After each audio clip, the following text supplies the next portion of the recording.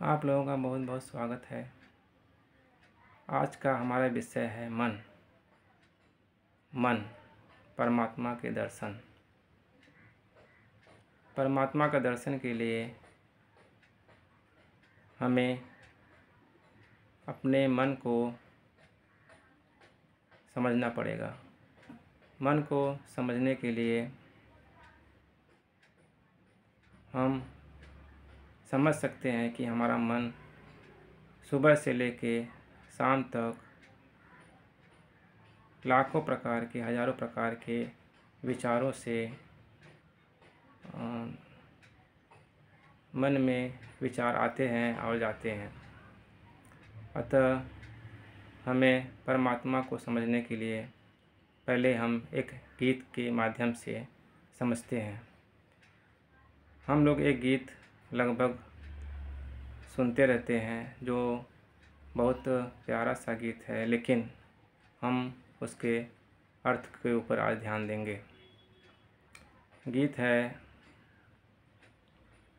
प्रेम प्रभु का बरस रहा है, पी ले अमृत प्यासे, सातों तीर्थ तेरे अंदर, बाहर किसे तलाशे।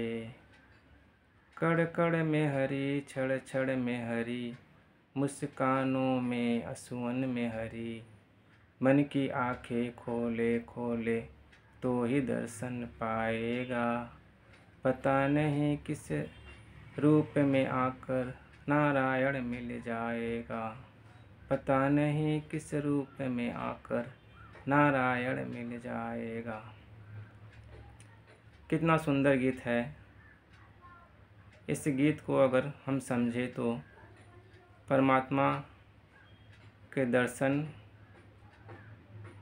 कराने के लिए इतना ही वर्ड पर्याप्त है। इस गीत में कहा गया है, जब हम अपने मन विचारों को धीरे धीरे निर्विचार अवस्था में लाते हैं और हमारा मन ऐसा है, उसमें नाना प्रकार के हजारों विचार आते रहते हैं। हमें क्या करना है, जितना भी हमारा मन इधर उधर भागता है, हमारे मन को भागने देना चाहिए और खुद को नियंत्रित रखना चाहिए। जब हम खुद को नियंत्रित रख कर अपने मन को देखते रहते हैं तो धीरे धीरे अपना मन कंट्रोल होने लगता है और एक समय बीतते बीतते अपना मन तो इधर उधर भागता है, लेकिन जब हम उस पर कार्य नहीं करते हैं, अपना मन मतलब जब बुरे कार्यों के लिए भागता है और हम अपना दिमाग या हम उसको करने के लिए अपना आगे नहीं बढ़ते हैं, तो क्या होता है कि हमारा मन धीरे धीरे कंट्रोल होने लगता है। तो हमारा मन उधर जो न करने योग्य चीज़ें होती हैं या व्यर्थ के विचारों को, जो कि फालतू के विचार हैं, तो क्या होता है वो सब धीरे धीरे कंट्रोल होने लगते हैं और हम निर्विचार की तरफ बढ़ने लगते हैं। जब हम पूरी तरह से निर्विचार होकर शून्य की अवस्था में पहुंचते हैं, तब आप लोगों को क्या लगता है कि वहीं सब खत्म हो जाता है। नहीं, जब हम निर्विचार की अवस्था में पहुंचते हैं तो असली जीवन वहीं से शुरू होता है।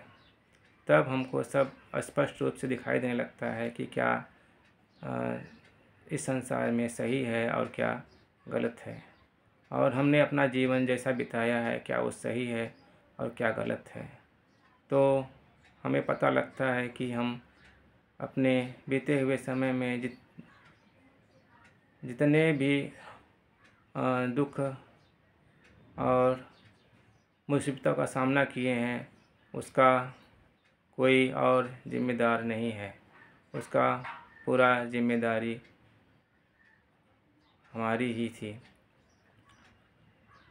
क्योंकि तब हम पूरी अच्छी तरह से देख लेते हैं कि हम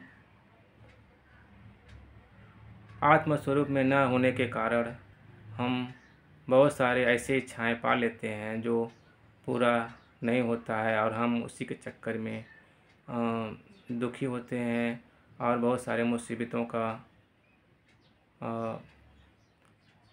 मुसीबतों से गुजरते हैं। अतः हमें अपने आत्मस्वरूप में आकर जब पता चलता है कि असली जीवन, परमानंद का जीवन जो है, असली आनंद का जीवन जो है यही है, जो कि हमें अपना सब विचारों को नियंत्रित कर कर ही मिलता है। और तब हमको यह समझ में आने लगता है कि गाने में जैसा कहा गया है, प्रेम प्रभु का बरस रहा है, तब हमारे ऊपर प्रभु का प्रेम बरसने लगता है। और सातों तीर्थ तेरे अंदर, सातों तीर्थ तब हमको दिखने लगता है अपने अंदर ही है, जिसे हम बाहर खोजते हैं।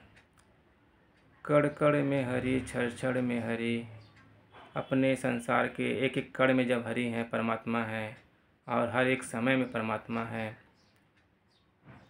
मुस्कानों में आंसुओं में हरि, अपने मुस्कान में, अपने आंसुओं में, हर जगह जब हरि हैं, तो क्या बोलते हैं गीत में, मन की आँखें खोले खोले तो ही दर्शन पाएगा।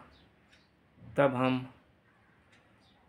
अपना जब इस अवस्था में आते हैं, निर्विचार की अवस्था में आते हैं, तो इसका आने का मतलब है जब तभी हमारा मन खुलता है, तब अपने मन को देखते हैं। तब वही बात कहा गया है कि मन की आँखें खोले खोले तो ही दर्शन पाएगा, पता नहीं किस रूप में आकर नारायण मिल जाएगा। तो पता नहीं कौन सा आत्मस्वरूप जो ज्ञानी हो, जो हमें परमात्मा के दर्शन करा दे, हमारी बुद्धि खोल दे। ये सब गीत में एकदम स्पष्ट रूप से लिखा है। यह बातें हमको समझ में नहीं आती है, क्योंकि हम गीत का जो बहुत अच्छा सुंदर संगीत होता है, हम उसमें खो जाते हैं, और इतना मधुर वाणी होता है, हम उसमें खो जाते हैं, और गीत में क्या बोल रहा है उसके बारे में हम लोग नहीं सोचते। हमने पिछले वीडियो में बातें कर चुके हैं कि हमारा पूरा ब्रह्मांड एनर्जी से बना हुआ है, डार्क एनर्जी और डार्क मैटर। डार्क अपना पूरा ब्रह्मांड 95% स्पेस है और 5% मैटर है, पदार्थ है। और हमारे वैज्ञानिकों ने यह प्रूव कर दिया है कि हम अपने 5% जो मैटर है, पदार्थ है, उसको एनर्जी में बदला जा सकता है। इसका अर्थ यह है कि पूरा संसार जो 5% मैटर एनर्जी है, उसको जब हम मैटर पदार्थ है, उसको जब हम एनर्जी में कन्वर्ट करेंगे, तो पूरा ब्रह्मांड एनर्जी के रूप में दिखाई देगा। इसका अर्थ यह हुआ कि पूरा ब्रह्मांड एनर्जी है। एनर्जी मतलब शून्य है, शून्य मतलब परमात्मा, मतलब सब कुछ, या दूसरे अर्थ में परमात्मा मतलब कुछ भी नहीं। ये भी बोल सकते हैं परमात्मा हमारे बाहर है और परमात्मा हमारे अंदर भी है, सब जगह परमात्मा ही है। जब हम ब्रह्मांड का सबसे छोटा कण, जिसे हम परमाणु एटम बोलते हैं, जब हमारे वैज्ञानिकों ने उसका अध्ययन किया, तो उसमें पाया गया कि वह उसमें भी 95% एनर्जी है, स्पेस है। जो दो प्रकार की एनर्जी से बना हुआ है, प्रोटॉन और इलेक्ट्रॉन। न्यूट्रॉन जिसको न्यूट्रल करता है।